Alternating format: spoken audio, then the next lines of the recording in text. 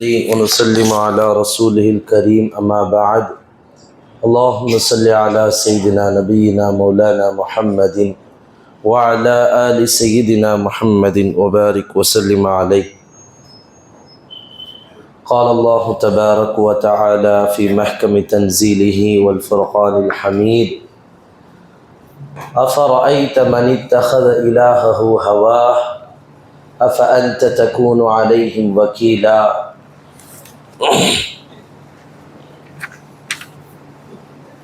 وقال نبينا وحبيبنا صلى الله عليه وسلم: أيها الشاب التارك شهوته لأجلي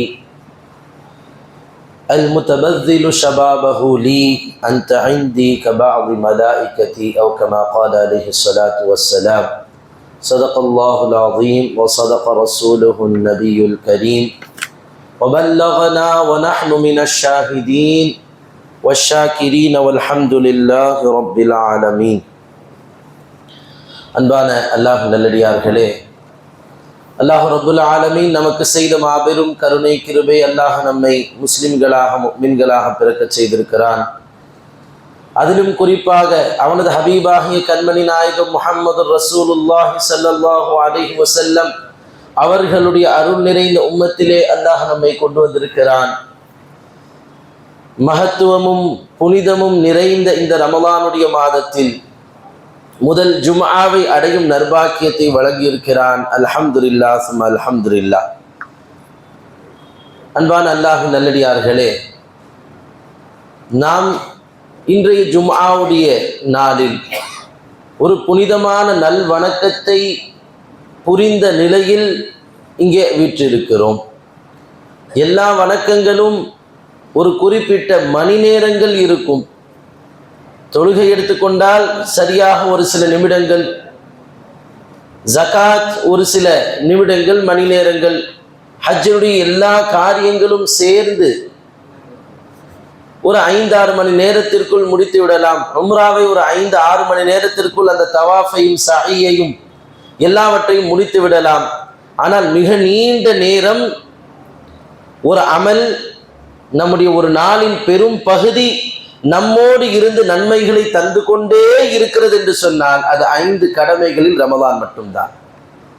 காலையில் ஆரம்பித்து 14 மணி நேரம், 10 மணி நேரம், சில நாடுகளில் 22 மணி நேரம், 20 மணி நேரங்கள் எல்லாம் நோன்பு நோக்கக்கூடிய ஒரு பாக்கியம். தொடர்ந்து ஒரு மனிதனால் 14 மணி நேரம் தொழ முடியாது, 14 மணி நேரம் ஹஜ்ஜுடைய காரியங்களில் ஈடுபட முடியாது, 14 மணி நேரம் ஜகாத்தை தர முடியாது. ஆனால் தொடர்ந்து ஒரு மனிதனால் பல மணி நேரங்கள் இறைவனுக்காக ஒரு அமலை இடைவிடாது செய்ய முடியும் என்று இருந்தால் அது புனிதமிக்க நோன்பு மட்டும்தான். அந்த பாக்கியம் அல்லாஹ் நமக்கு இந்த புனிதமிக்க ரமலானுடைய மாதத்தின் 30 நாட்களும் வழங்கி இருக்கிறான் என்பதை விட மிகப்பெரிய பாக்கியம் எதுவும் கிடையாது. ரமலானில் நாம் எதற்கு நோன்பு இருக்க வேண்டும்? நோன்பினுடைய முக்கியமான நோக்கம் என்ன? அந்த நோன்பின் மூலம் அல்லாஹ் நம்மிடம் விரும்புவது என்ன? நாம பார்க்கிறோம், இந்த உலகத்தில் பாவம் செய்யக்கூடியவர்களை, தவறு செய்பவர்களை, அல்லாஹ்வின் பக்கம் திரும்பாமல் இருக்கக்கூடியவர்களை போய் கேட்டா, உங்களை யார் வழிகெடுத்ததுன்னு கேட்டா ஷைத்தான் தான் வழிகெடுத்தான்னு சொல்லுவாங்க. ஏன்பா இப்படி தப்பு செய்யற அப்படின்னு சொல்லிட்டு கேட்டா, என்ன ஹஜ்ரத் பண்றது, ஷைத்தான் வந்துட்டான், அதனாலதான் என்னால நல்ல காரியம் செய்ய முடியல, தப்பு செய்யறேன் அப்படின்னு சொல்லுவாங்க. ஆனால் கொஞ்சம் நாம் யோசித்து பார்க்க வேண்டும். இந்த ஷைத்தான் ஒரு கட்டத்திலே மிக பரிசுத்தமான வணக்கம் புரியக்கூடியவனாகத்தான் இருந்தான். அவனை மாதிரி யாரும் இந்த உலகத்தில் எந்த அடியாரும் எந்த இறைநேசரும் சஜிதா செய்யவில்லை என்று சொல்லலாம். அவ்வளவு அல்லாஹ்விற்கு சஜிதா செய்திருக்கிறான். அத்தனை வருடங்கள் அல்லாஹ்விற்கு இபாதத் செஞ்சிருக்கிறான்.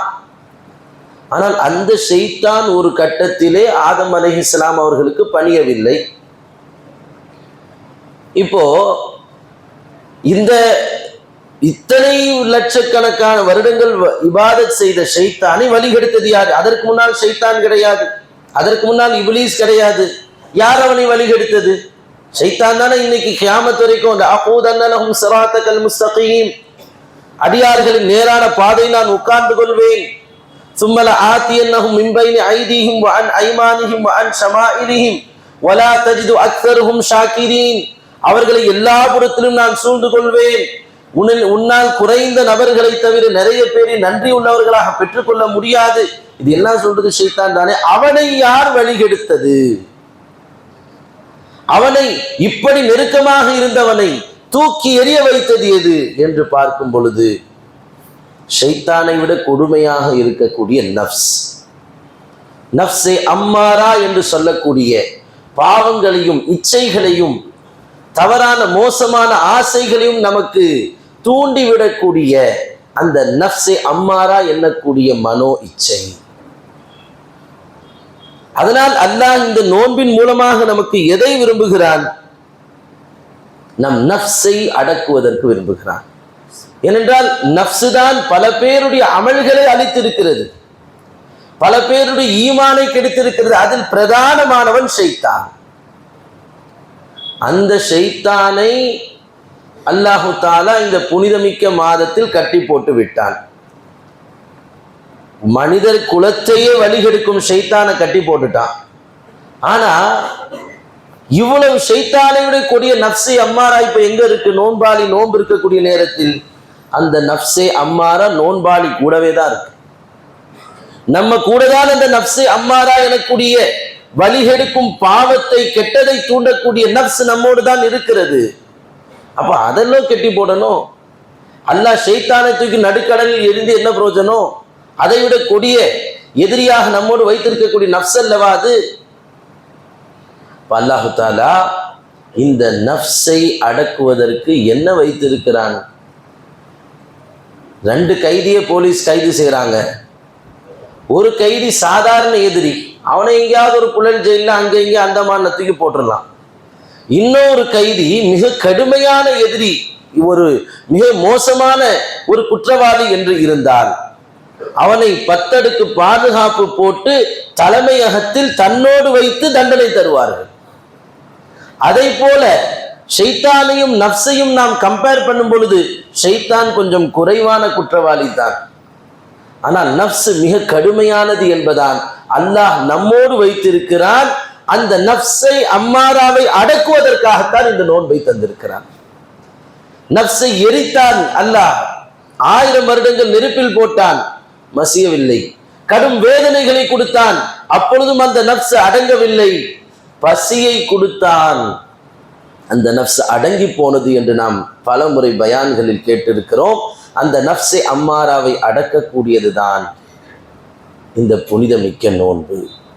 ஒரு மனிதன் தன்னை வாழ்க்கையில் பக்குவப்படுத்துவதற்கும் தான் ரப்போடு இணைவதற்கும் ஒரு அற்புதமான வாய்ப்பை அல்லாஹ் நஃப்ஸை அடக்குவதன் மூலமாக இந்த புனிதமிக்க மாதத்தில் நமக்கு தருகிறான். நஃப்ஸ் என்பது சாதாரணமானதல்ல. கடுமையான ஒரு போரை முடித்துவிட்டு பெருமானார் ஸல்லல்லாஹு அலைஹி வஸல்லம் தன் நபித்தோழர்களோடு திரும்ப வருகிறார்கள். ரொம்ப கஷ்டமான போர். சஹாபாக்கள் எல்லாம் அவ்வளவு உடல் காயங்களோடு மிகுந்த ஒரு டயர்டோடு அவர்கள் ரிட்டர்ன் வரும் பொழுது பெருமானார் சொன்ன வார்த்தை, ரஜஅனா மின் ஜிஹாதில் அஸ்கர் இலா ஜிஹாதில் அக்பர். சஹாபாக்களை இப்ப போட்டோம் பாருங்க, எத்தனையோ போர்க்களத்தை சந்தித்து இருக்கிறோம். ஆனால் இது எல்லாவற்றையும் விட கடுமையானது இந்த போர் தான் நினைக்கிறீங்க. நம்ம வாழ்க்கையிலேயே ஒரு பெரிய அச்சீவ்மெண்ட் நீங்க எதை சொல்வீங்க அப்படின்னு ஒரு பைலட்டை கேட்டால், ஒரு ராணுவ வீரத்தை கேட்டால், எந்த போர் ரொம்பவும் கடினமாக ஒரு சேலஞ்சாக இருந்ததோ அதை சொல்லுவார். அப்படி ஒரு சேலஞ்சான ஒரு போராக சஹாபாக்கள் தாங்கள் இப்பொழுது போட்டுவிட்டு வந்த அந்த சண்டையை, அந்த போரை நினைக்கும் பொழுது பெருமானார் ஸல்லல்லாஹு அலைஹி வஸல்லம் சொன்னார்கள், நாம் சின்ன போராட்டத்தில் இருந்து, சின்ன போர்க்களத்தில் இருந்து பெரிய போர்க்களத்தின் பக்கம் திரும்பி கொண்டிருக்கிறோம் என்று சொன்னார்கள். அது என்ன பெரிய போர்க்களம்? இப்பொழுது போட்டதை இடவா பெரிது என்று சஹாபாக்கள் ஐயத்தோடு பெருமானார் ஸல்லல்லாஹு அலைஹி வஸல்லம் அவர்களிடம் கேட்கும்போது சொன்னார்கள், இந்த போர் இருக்கிறதே நாம போட்டுட்டு வந்தது, அது எப்பயாவது நடக்கும், முடிந்துவிடும். காலமெல்லாம் நாம் போர் செய்ய வேண்டிய ஒரு எதிரி நம்மோடு இருக்கிறது, அதுதான் நஃப்ஸ். அந்த நஃப்ஸினுடைய மனோ இச்சைகளை அடித்து ஒடுக்கி அடக்கி அதை வினாடிக்கு வினாடி அது எழுந்து நம்மை துன்புறுத்துவதற்கு வரும் பொழுதெல்லாம், பாவ காரியத்தில் நம் இந்த சிந்தனை செலுத்தும் பொழுதெல்லாம் அதை அடக்கி அதை வீழ்த்துகிறோம் அல்லவா, அதுதான் உண்மையிலே மிகப்பெரிய ஜிஹாத் என்றார்கள் பெருமானார் ஸல்லல்லாஹு அலைஹி வஸல்லம். நஃப்ஸை போன்ற மிகப்பெரிய எதிரி ஒரு மனிதனுக்கு கிடையவே கிடையாது. சையதுனா உமர் இப்னுல் கத்தாப் ரலியல்லாஹு அன்ஹு எப்படிப்பட்ட மாபெரும் ஆளுமை அவர்கள், அல்லாஹ்வால் புகழப்பட்டவர்கள், ரசூலால் புகழப்பட்டவர்கள்.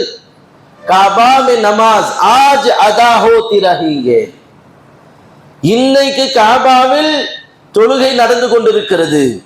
கோடான கோடி மக்கள் அந்த காபாவை தவாப் செய்கிறார்கள், தொழுகிறார்கள். இதற்கு யார் காரணம்? காபா மே நமாஸ் ஆஜ் அதா ஹோத்தி ரஹேகி, खत्ताब की बेटे की ये आमद का असर है. ஒரு கட்டத்தில் பெருமானார் ஸல்லல்லாஹு அலைஹி வஸல்லம் பகிரங்கமாக காபாவில் தொழ முடியாத நிலை இஸ்லாத்தின் ஆரம்பத்தில் அர்கம் ரலியல்லாஹு அன்ஹு அவர்கள் வீட்டில் மறைமுகமாக பிரச்சாரம் நடத்துகிறார்கள். சையதுனா உமர் கத்தாப் ரலியல்லாஹு அன்ஹு வந்தார்கள், இஸ்லாத்தை ஏற்றார்கள். யா ரசூலல்லாஹ், உண்மையான சத்தியத்தை வைத்துக் கொண்டு நீங்கள் ஏன் ஒளிந்திருக்க வேண்டும்? வாங்க வெளியே, என்னோடு தாங்கள் வந்து காபாவில் தொழுவுங்கள். யார் உங்களை வந்து என்ன செய்து விடுகிறார் நான் பார்க்கிறேன். நான் வெளியே வந்து பெருமானார் சஹாபாக்கள் புடைசூழ வந்து அவர்கள் தொழ வரும் பொழுது சொன்னார்கள், உமர் ரலியல்லாஹு அன்ஹு, யார் தன்னுடைய மகனை அனாதையாக்க வேண்டும் என்று நினைக்கிறார்களோ, யார் தன்னுடைய மனைவியை விதவையாக்க வேண்டும் என்று நினைக்கிறார்களோ, வாய் போய்கிட்ட. யாராவது ஒருவர் பெருமானார் தொழுவதை தடுக்க வேண்டும் என்று சொன்னால் என் வாளை தாண்டிதான் போக வேண்டும், என்னை தாண்டிதான் அவர்களை தொட வேண்டும் என்று சொல்லி வீரத்தோடு காபாவில் பகிரங்கமாக தொழுகை ஆரம்பித்த உமர் ரலியல்லாஹு அன்ஹு அவர்கள் வருகையால் தான் கோடான கோடி மக்கள் இன்று காபாவிலே மிக சுதந்திரமாக அனைத்து வசதிகளோடு தொழுது கொண்டிருக்கிறார்களே. அந்த உமர் ரலியல்லாஹு அன்ஹு அவர்கள் ஒரு நாட்டு மன்னர் அன்பளிப்புகளை தருகிறார். துணிகள் வருகிறது, வாசனை திரவியங்கள் வருகிறது, மூன்றாவதாக ஒன்று வருது, விஷம் அவர்கள் கையில் வருது. இப்போ அவர்கள் கேட்டார்கள், துணி ஒரு ஆளுக்கு நல்ல ட்ரெஸ் கொடுக்கிறது கிஃப்ட் பரவாயில்லை, வாசனை திரவியம் தருவது ஓகே, இந்த விஷத்தை எதற்கு கொடுத்து அனுப்பி இருக்கிறார் உங்கள் அரசர் எனக்கு அன்பளிப்பாக என்று கேட்கும் பொழுது சொன்னார்கள், அமீருல் முஃமினீன் அவர்களே, இந்த விஷம் சாதாரணமானது அல்ல. கொஞ்சம் இதில் லேசா இடத்துல அம்பளை வைத்து எதிரிகள் மீது போட்டாலும் கூட அவர்கள் உடனடியாக ஸ்பாட்ல போயிடுவாங்க. அவ்வளோ பலம் வாய்ந்த விஷம் இது. உங்களுக்கு பறந்து விரிந்த ஆட்சி, அதற்கு நிகராக சரிசமமாக எல்லா இடத்திலும் எதிரிகள். எனவே உங்கள் எதிரிகளிலிருந்து உங்களை பாதுகாத்துக் கொள்வதற்கு இந்த கடும் விஷம் உங்களுக்கு உதவும். அதனால இதை கிஃப்டாக அன்பளிப்பாக அரசர் கொடுத்திருக்கிறான்னு சொன்னாங்க. உமர் ரலியல்லாஹு அன்ஹு ஒரு வினாடி கூட தாமதிக்கவில்லை. அன்பளிப்பை எடுத்தார்கள். தன்னுடைய அந்த துணி அன்பளிப்பை எடுத்து ஒரு தோழரிடம் கொடுத்தார்கள். வாசனை திரவியத்தை எடுத்து இன்னொரு தோழரிடம் கொடுத்தார்கள். மூன்றாவதாக இருந்த அந்த விஷ பாட்டிலை எடுத்து அதை திறந்து தன் வாயிலை அப்படியே ஊற்றி குடித்து விட்டார்கள். வந்தவர் வெலவெலத்து போய்விட்டார், ஆடி போய்விட்டார், நடுங்கி போய்விட்டார். என்ன காரியத்தை அமீருல் முஃமினீன் செய்றாங்க? தெரிந்துதான் செய்கிறீர்களா? ஏன் இப்படி ஒரு மோசமான காரியத்தை செய்தீர்கள் என்று அந்த தூதர் கேட்கிறார். அப்ப சொன்னாங்க, நீங்க என்ன சொன்னீங்க? என்னுடைய எதிரிகள் அவர்களை அழிப்பதற்குத்தானே இந்த மருந்து, இந்த விஷம். இந்த உலகத்தில் எனக்கு என் நஃப்ஸை விட கொடிய எதிரி யாருமே கிடையாது. அந்த நஃப்ஸை வீழ்த்துவதற்காகத்தான் நான் இந்த விஷயத்தை கொடுத்தேன், எதிரி அழிந்து விடுவான் என்கிறார்கள். எப்படிப்பட்ட நபர்களை எல்லாம் நஃப்ஸ் எப்படி ஆட்டி பார்த்து விட்டது. வமா உபர்ரி நஃப்ஸி இன்ன நஃப்ஸ லஅம்மாரத்தும் பிஸ்ஸூ. சையதுனா யூசுப் அலைஹிஸ்ஸலாம் 7 கதவுகளையும் திறந்துவிட்டு, அழகிய மங்கை, அழகான அரண்மனை, பெருத்த செல்வம் உள்ள ஒரு பெண் தன்னை அழைக்கும் பொழுது 7 வாசல்களை திறந்துவிட்டு வெளியே ஓடி வந்து சிறையில் வந்துவிட்ட பிறகு சொன்னார்கள், என் நஃப்ஸை நான் நல்லது என்று சொல்ல மாட்டேன், என் நஃப்ஸ் ரொம்ப நல்லது, எனக்கு நல்லதையே சொல்லி தரும் என்று நான் சொல்ல மாட்டேன். இன்ன நஃப்ஸ லஅம்மாரத்தும் பிஸ்ஸூ. நிச்சயமாக எனது ஆத்மா எனக்கு பாவத்தையும் தீங்கையும் மட்டுமே ஏவக்கூடியது என்றார்களே. இப்ப நம்முடைய நஃப்ஸ் எந்த மூளைக்கு அன்பர்களே? இந்த கொடிய நஃப்ஸை வீழ்த்துவதற்காகத்தான் ரப்புல் ஆலமீன் நமக்கு இந்த புனிதமிக்க நோன்பை தந்திருக்கிறார். சையதுனா இமாம் கஸாலி ரஹ்மத்துல்லாஹி அலைஹி சொல்வார்கள், ஒரு மனிதன் எப்படிப்பட்ட ஆற்றலை பெற்றிருக்கிறான்? ஒன்று இருக்கிறது அறிவு, இன்னொன்று இருக்கிறது நஃப்ஸ். அறிவு யாரிடம் இருக்கிறது? பரிசுத்த மலக்குமார்களிடம் இருக்கிறது. அவர்களிடத்தில் மனோ இச்சை கிடையாது. மனோ இச்சை இருக்கிறதே, அது யாரிடம் இருக்கிறது? விலங்குகளிடம் இருக்கிறது. தான் தோன்றித்தனமாக அது சுத்திக்கிட்டு போவோம், அதனிடம் அறிவு கிடையாது. இந்த இரண்டும் ஒரு சேர பெற்ற ஒரு படைப்பு இந்த உலகில் இருக்கிறது என்று சொன்னால் அது மனித இனம் மட்டும்தான். எந்த ஒரு மனிதன் தன் அறிவு சொல்லக்கூடிய நல்ல விஷயத்தை எடுத்துக்கொண்டு முன்னேறுகிறானோ அவன் மலக்கை போல் ஆகுகிறான், மலக்கை விட உயர்ந்து விடுகிறான். எந்த ஒரு மனிதன் தன்னுடைய மனோ இச்சைக்கு கட்டுப்பட்டு அதனுடைய சொல் பேச்சு கேட்டு பாவத்தில் ஈடுபடுகிறானோ அவன் விலங்குகளை விட மோசமாகி விடுகிறான். அல்லாஹ் குர்ஆனிலே சொல்வான், உலாயிக கல் அன்ஆம் பல் ஹும் அவல். இந்த உலகத்தில் சில மனிதர்கள் இருக்கிறார்கள், விலங்குகளை போன்றவர்கள், மிருகங்களை போன்றவர்கள். சில நேரத்தில் அந்த மிருகங்களை விடவும் கடும் மோசமாக நடந்து கொள்வார்கள் என்று அல்லாஹ் குர்ஆனில் சொல்பவர்கள் யார்? எந்த நஃப்ஸ் நம்மை வாட்டி வதைக்கிறதோ அதற்கு அடிமையாக போனவர்கள். நாம் என்னவோ நினைக்கிறோம், இந்த நவநாகரிக உலகத்தில் வாலிபர்கள் நினைக்கலாம், நாம ஃபேஷனா இருக்கணும், நாம ட்ரெண்டா இருக்கணும், இஸ்லாம் என்னைக்கோ சொன்ன விஷயத்துல இன்னைக்கு நாம ஃபாலோ பண்ணணுமா, நாம தான் இன்னைக்கு ஒரு கரெக்டான ஒரு நாகரிக உலகத்தில் பெர்ஃபெக்டா இருக்கிறோம்னு நினைக்கிறோம். யாரெல்லாம் இப்படி பெர்ஃபெக்டாக இருக்கிறோம் என்று நினைத்து பாவம் செய்கிறார்களோ அவர்கள் எல்லாம் தன் நஃப்ஸுடைய அடிமைகளாக இருக்கிறார்கள் என்பதை விளங்க வேண்டும். அல்லாஹ்வுடைய அடிமைகள் அல்ல.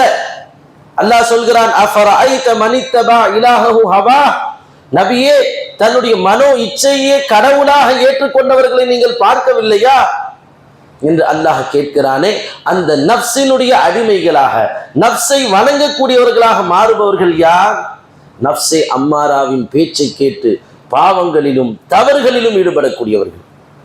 குறிப்பாக வாலிப சமூகம் நஃப்ஸே அம்மாராவில் முழுமையாக சிக்குவதற்கான எல்லா சூழ்நிலைகளும் பெற்றவர்கள்.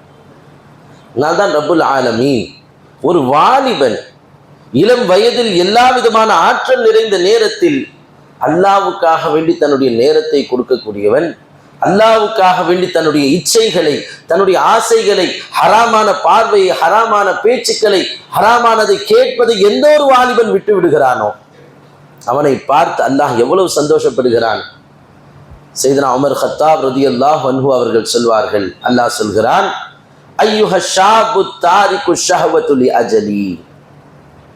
எனக்காக வேண்டி உன்னுடைய மனோ இச்சையெல்லாம் தடுத்து கொண்ட வாலிபனே, அல் முத்தபத்திலு ஷபாபஹு லீ, உன்னுடைய வாலிபத்தை எனக்காக செலவழிக்கக்கூடிய வாலிபனே, அன்த இந்தி கபஅதி மலாயிகதி. உனக்கு என்னிடத்தில் எந்த அந்தஸ்து இருக்கு தெரியுமா? மலக்குமார்களில் ஒருவரை எப்படி பார்க்கிறேனோ அப்படி நான் உன்னை பார்க்கிறேன் என்று அல்லாஹ் சொல்வதாக உமர் ரலியல்லாஹு அன்ஹு அவர்கள் சொல்கிறார்கள். இன்னும் மாமின் ஷாபின் யதஉ லஸ்ஸத்தத் துன்யா வ லஹ்வஹா. எந்த ஒரு வாலிபன் தன்னுடைய ஆசைகளை, இந்த உலகத்தின் இன்பங்களை, இந்த உலகத்தின் கேளிக்கைகளை, விளையாட்டுகளை, பொழுதுபோக்குகளை எல்லாம் விட்டுவிட்டு வயஸ்தக்பிலு பிஷபாபிஹி பிதாஅத்தில்லாஹ், அல்லாஹ்வுக்கு வழிபடுவதற்கும் அல்லாஹ்வுக்கு கட்டுப்படுவதற்கும் அல்லாஹ் சொன்னபடி வாழ்வதற்கும் யார் ஆரம்பிக்கிறாரோ அவருக்கு அல்லாஹ் என்ன அந்தஸ்தை தருகிறான்? இல்லா அஅதாஹுல்லாஹு அஜ்ர 72 சித்தீகன். 72 சித்தீக் என்ற அந்தஸ்தை பெற்ற அந்த நபர்களுடைய கூலியை அல்லாஹ் அந்த வாலிபருக்கு தருகிறார். மேலும் சொல்வார்கள், அந்த வாலிபருக்கு எப்படியெல்லாம் இந்த உலகத்தில் நன்மைகள் கிடைக்கும் அவன் நினைத்து பார்க்காத அளவிற்கு அல்லாஹு தஆலா அவனுக்கு நன்மைகளை வாரி வழங்குகிறான். எனவே இந்த புனிதமிக்க மாதத்தில் நம் நஃப்ஸை நாம் அடக்கி பழக வேண்டும். நம்முடைய பாவங்களுக்கும் நம்முடைய தவறான மோசமான எண்ணங்களுக்கும் நாம் இடம் கொடுக்கவே கூடாது. நம்மை வலுகடிக்கக்கூடிய மொபைல் போன்களிலிருந்து நாம் முழுமையாக விடுவித்து விட வேண்டும். அதில் இருக்கக்கூடிய சமூக வலைத்தளங்களை தேய்த்து தேய்த்து நம்முடைய ரேகைகள் போகக்கூடிய அளவிற்கு இருக்கக்கூடிய நிலையை நாம் மாற்றிவிட வேண்டும். அல்லாஹ் நம்மோடு இருக்கிறான், நம்மை பார்த்து கொண்டிருக்கிறான். நோன்பாளிக்கு அல்லாஹு தஆலா தன்னையே கூலியாக தர காத்து கொண்டிருக்கிறான் என்ற ஆசையும் ஆர்வமும் ஒரு நோன்பாளிக்கு இருக்க வேண்டும். இந்த மாதிரியான நேரத்திலும் கூட, குறிப்பாக சஹர் இஃப்தாருடைய நேரங்களில் கூட நாம் அல்லாஹ்வை நெருங்கவில்லை என்றால், அந்த நேரங்களில் நாம் சரியாக பயன்படுத்தவில்லை என்றால், வாழ்க்கையில் வேறு எதை நாம் சரியாக பயன்படுத்த போகிறோம்? சஹருடைய நேரம், சஹர் செய்து முடித்து விட்டால் எவ்வளவு அற்புதமான நேரம் அது. காதலர்கள் ரப்போடு பேசக்கூடிய அற்புதமான நேரம் அது. இமாம் ஷாஃபி ரஹ்மத்துல்லாஹி என்று நினைக்கிறேன் சொல்வார்கள், லவ்லா முஜாலசத்துல் அப்ரார், நல்லோர்களோடு இந்த உலகத்தில் உட்கார முடியும் என்ற ஒரு நிலை எனக்கு இல்லாமல் இருந்தால், முனாஜாத்துல் அஸ்ஹார், சஹருடைய நேரத்தில் அல்லாஹ்விடத்தும் கெஞ்சி கொஞ்சம் மகிழ்ந்து அந்த இன்பத்தை பெறக்கூடிய பாக்கியம் எனக்கு இல்லை என்றால், லமா அஹ்பப்துல் மஈஷத ஃபீ ஹாதத் தார், இந்த உலகத்தில் நான் வாழவே விரும்பி இருக்க மாட்டேன். இந்த இரண்டும் தான் எனக்கு இன்பம் தருகிறது. இன்னைக்கு எப்படி வாலிபர்களுக்கு இரண்டு விஷயம் இன்பத்தை தருகிறது? ஒன்று மொபைல் போன், அது கையில இருந்தா போதும், நேரம் போவது தெரியாது, காலம் போவது தெரியாது, அதுல என்ன செய்கிறோம் என்று தெரியாது, பக்கத்தில் யார் இருக்கிறான்னு தெரியாது. மொபைலை பிடுங்கியதால் தாயை கொலை செய்யும் நிலை, போதை பொருட்களை கையிலிருந்து வாங்கியதால் அதற்கு காசு தராததால் தந்தையை குடும்பத்தை கொலை செய்யும் நிலை, எதுவுமே தெரியாமல் இருக்கிறது. இரண்டாவது நண்பர்களோடு அரட்டை அடிப்பது, ஊர் சுற்றுவது. காலமெல்லாம் எந்த நண்பர்களோடு நாம் சுற்றி கொண்டிருக்கிறோமோ குறைஞ்சபட்சம் ரமலானிலாவது அவர்களை விட்டு ஒதுங்கிடும். காரணம் என்ன? நண்பர்களோடு எல்லா நாளும் என்ன செஞ்சோமோ ரமலானிலும் அதுதான் செய்வோம். நல்லவர்களுடைய சொஹபத்தை, தொழுகையாளிகள், வணங்கக்கூடியவர்கள், குர்ஆன் ஓதுபவர்களோடு குறைந்தபட்சம் இந்த ஒரு மாதமாவது நம்முடைய அந்த தொடர்பை, நம்முடைய இருப்பை நாம் உறுதி செய்து கொள்ள வேண்டும். இந்த மாதத்திலும் ஒரு மனிதன் தவறு செய்தான், இந்த மாதத்திலும் ஒரு மனிதன் பாவம் செய்தான் என்றால் அவனை போன்ற மோசமானவன் கிடையாது. இந்த மாதத்தில் ஒரு மனிதன் ஹராம்கள் ஈடுபடுகிறான், புனிதமிக்க மாதத்தில் ஒரு மனிதன் போதைகள் பொருள்களை பயன்படுத்துகிறான், தன்னுடைய மனதை மழுங்கடிக்கக்கூடிய பல்வேறு ஹராம்களில் அவன் ஈடுபடுகிறான், விபச்சாரத்தில் ஈடுபடுகிறான், ஹராம்களை பார்க்கிறான். நோன்புல நன்மை செய்தா மட்டும்தான் 700 மடங்கு கூலி நினைச்சிட்டு இருக்கிறோம். அதற்கு நேர் எதிராக பாவம் செய்பவனுக்கான தண்டனை என்ன? அல்லாஹ் கொடுத்த இந்த புனிதமான நேரத்தை அல்லாஹ் தன் பாவத்தை எல்லாம் பார்க்காமல் அருளோடு முன்னோக்கக்கூடிய நேரத்தில் ஒரு மனிதன், நான் இருக்கிற மாதிரி தான் இருப்பேன், வேணா சாப்பிடாம இருக்கிற, தண்ணி குடிக்காம இருக்கிற, மற்றதெல்லாம் என்னால பண்ண முடியாது, நான் இப்படித்தான் இருப்பேன் என்று சொன்னால் அவருக்கு கிடைக்கக்கூடிய தண்டனை என்ன? பெருமானார் ஸல்லல்லாஹு அலைஹி வஸல்லம் அவர்கள் சொல்வார்கள், அப்துல்லாஹ் இப்னு மஸ்ஊத் ரலியல்லாஹு அன்ஹு அவர்கள் அறிவிக்கிறார்கள், யார் இந்த மாதத்திலும் தன்னுடைய நஃப்ஸை பாதுகாக்காமல் தவறான பார்வையில் ஈடுபடுகிறாரோ, போதைகளை பயன்படுத்துகிறாரோ, ஹராம்களில் ஈடுபடுகிறார்களோ, விபச்சாரத்தில் ஈடுபடுகிறாரோ, அவருக்கு அல்லாஹ் தரக்கூடிய தண்டனை என்ன தெரியுமா? வருடம் முழுக்க அடுத்த ரமலான் வரை அவரை அல்லாஹும் சபிக்கிறான். வானத்தில் இருக்கக்கூடிய அத்தனை உயிருள்ள ஜீவராசிகள், எத்தனை பேர் இருக்கிறாங்க வானத்தில்? நபிமார்கள் இருக்கிறார்கள், நல்லோர்கள் இருக்கிறார்கள், சுஹதாக்கள் இருக்கிறார்கள், சாலிஹீன்கள் இருக்கிறார்கள், பரிசுத்தமான எண்ணிக்கையில்லா மலக்குகள் இருக்கிறார்கள். அத்தனை பேருடைய சாபத்தையும் நோன்பில் தன் மனதை கட்டுப்படுத்தாமல் பாவம் செய்வோன் பெறுகிறான். கொஞ்சம் யோசிச்சு பாருங்க. இந்த உலகத்துல யாராவது ஒருத்தர் ஏதோ ஒரு விஷயத்துல, சும்மா சின்ன விஷயத்துல நீ நல்லாவே இருக்க மாட்டாடா அப்படின்னு சொல்லிட்டா நம்ம உள்ளம் ஆடி போயிடுது. பொதுவான இயற்கை மனிதனுடைய, என்னடா இப்படிலாம் சாபம் விடுறான் அவன், என்ன போய் இப்படி பத்துவா செய்யறான் என்று கோபம் வந்துவிடும் சாதாரண மனிதனுக்கு. இங்கே ரமலானில் தவறு செய்பவனுக்கு சக மனிதன் விடக்கூடிய பத்துவாவும் சாபமும் அல்ல, அல்லாவும் பரிசுத்தமான வானத்தில் இருக்கும் அத்தனை நபர்களும் அவனை சபிக்கிறார்கள். அது மட்டும் கிடையாது, அடுத்த ரமலானுக்குள் ஒரு கால் அவனுக்கு மரணம் ஏற்பட்டு விட்டால், அவன் மோத்தா போயிட்டான்னு சொன்னா, அவனுடைய நல் அமல்கள் என்று ஒன்று கூட அவன் வாழ்க்கையில் இருக்காது. எவ்வளவு சதகா செய்திருப்பார், ஹஜ்ஜு செய்திருப்பார், உம்ரா செய்திருப்பார், தான தர்மங்கள் கொடுத்திருப்பார், நல்ல இரவுகளில் தொழுதிருப்பார், தஹஜ்ஜுடைய நேரத்தில் கலந்திருப்பார். ஆனால் செய்த ஒரு பாவம், அதுவும் புனிதமிக்க பொன்னான மாதத்தில் செய்த பாவத்தினால் அவருக்கு மௌத் ஏற்பட்டாலும் அல்லாஹ்விடத்தில் முன்னால் காண்பிக்க எந்த நன்மையும் இருக்காது.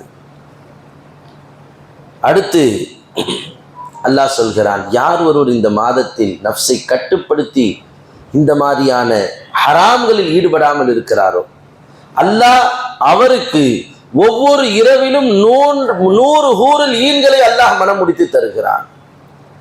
நாளை மறுமையில் அவருக்கு அற்புதமான தங்கம், வெள்ளி, வைரம், வைடூரியம் போன்ற எல்லா விதமான அற்புதமான ஜொலிக்கக்கூடிய மரகதங்கள் நிறைந்த ஒரு மிக பிரம்மாண்டமான வீட்டை அல்லாஹ் தருகிறான். எவ்வளவு பெருசு அது! இமாம் தபரானி ரஹ்மத்துல்லாஹி அலைஹி அறிவிக்கக்கூடிய இந்த அறிவிப்பிலே இப்னு அப்பாஸ் ரலியல்லாஹு அன்ஹு சொல்கிறார்கள், இந்த உலகத்தின் அத்தனை நபர்களும் அந்த வீட்டுக்குள்ள போனானோ, சாதாரண ஒரு வீட்டில் ஒரு இடத்திலே ஒரு மனிதன் நிற்பதை போல்தான் இடம் நிரம்பும். அவ்வளவு பிரம்மாண்டமான இல்லத்தை அல்லாஹ் இந்த மாதத்தில் ஹராம்களை தடுத்தவர்களுக்கு தருகிறார். எவ்வளவு பெரிய பாக்கியம் அது! எவ்வளவு பெரிய அற்புதமான நிலை இந்த ரமலானில் நான் பாவத்தை விட்டு விடுவதனால் கிடைக்கிறது. கொஞ்சம் யோசிச்சு பாருங்க. அல்லாஹ் நாளை மறுமையில் தரக்கூடிய இந்த இன்பத்தை விட கேவலமான கேடுகெட்ட கொஞ்ச நேரத்தில் நமக்கு போர் அடித்து விடக்கூடிய இந்த உலக இன்பங்களா நமக்கு பெரிது? இந்த ஹராம்கள்லாம் நாம் இன்பம் காண்பது? அல்லாஹ் பரிசுத்தமான ஹலால்களில் நமக்கு நன்மைகளை, வெகுமதிகளை, அற்புதமான பாக்கியங்களை தயார் செய்திருக்கும் பொழுது இந்த மாதத்தில் நாம் அதையெல்லாம் விட்டுவிட வேண்டும். புனிதமிக்க இந்த மாதத்தில் நற்காரியங்களில் ஈடுபட வேண்டும். சஹருடைய நேரத்தில் அல்லாஹ்விடத்தில் தௌபா செய்ய வேண்டும், கண்ணீர் வடிக்க வேண்டும். சாப்பிட்டுட்டு பார்த்தீங்கன்னா மேலே ஃபுல்லாக சில பேர் தூங்குவார்கள், சில பேர் பேசுவார்கள், சில பேர் வீதிகளில் போய் சுற்றி கொண்டிருப்பார்கள், கடை வீதிகளில் நின்று கொண்டிருப்பார்கள். இதற்கான நேரம் அல்ல சஹர். யூசுப் அலைஹிஸ்ஸலாம் அவர்களை கடுமையான முறையில் சித்திரவதை செய்த அவர்கள் சகோதரர்கள், யா அபானா இஸ்தக்ஃபிர் லனா, எனக்காக நாங்கள் மிகப்பெரிய பாவம் செஞ்சிட்டோம் வாப்பா, உங்களுக்கு எவ்வளோ பொய்ய சொல்லி யூசுஃபை கழுதை சாப்பிட்டு ஓனாய் சாப்பிட்டு விட்டது, ரத்தம் தோய்ந்த சட்டையை கொண்டு வந்து காட்டினோம், அவரை கொண்டு போய் அடித்து கொண்டே கொண்டு போனோம், கிணற்றிலே அந்த பச்சிளம் குழந்தையை தள்ளிவிட்டோம், இவ்வளோ பாவம் செஞ்சிட்டோமே, தந்தையாரே நீங்கள் எங்களுக்காக நீங்கள் அல்லாஹ்விடத்தில் மன்னிப்பு தேடுங்கள் என்று சொன்னார்கள். சையதுனா யாக்கூப் அலைஹிஸ்ஸலாம் சொன்னார்கள், சௌஃப அஸ்தக்ஃபிரு லக்கும் ரப்பி, நான் உங்களுக்காக என் ரப்பிடத்தில் மன்னிப்பை வேண்டுவேன் என்று அவர்கள் சொன்னார்கள். அது எந்த நேரம் என்று முஃபஸ்ஸிரீன்கள் சொல்லும் பொழுது, சஹருடைய நேரம் வரட்டும், அதுவரை வெயிட் பண்ணுங்க, கதிகாலை சஹருடைய நேரம் வந்த பிறகு உங்களுக்காக நான் மன்னிப்பு தேடுகிறேன், அந்த நேரத்தில் அல்லாஹ் மன்னிப்பான் என்று சொன்னார்கள். எப்படிப்பட்ட நேரத்தில் 30 நாளும் எழ வாய்ப்பு கிடைக்குது. வருஷத்துல வேற என்னைக்காவது எழுந்திருக்க முடியுமா? இந்த பொன்னான நேரத்தை நம்மளால் அடைய முடியுமா? வெறும் 30 நாட்கள் தான்.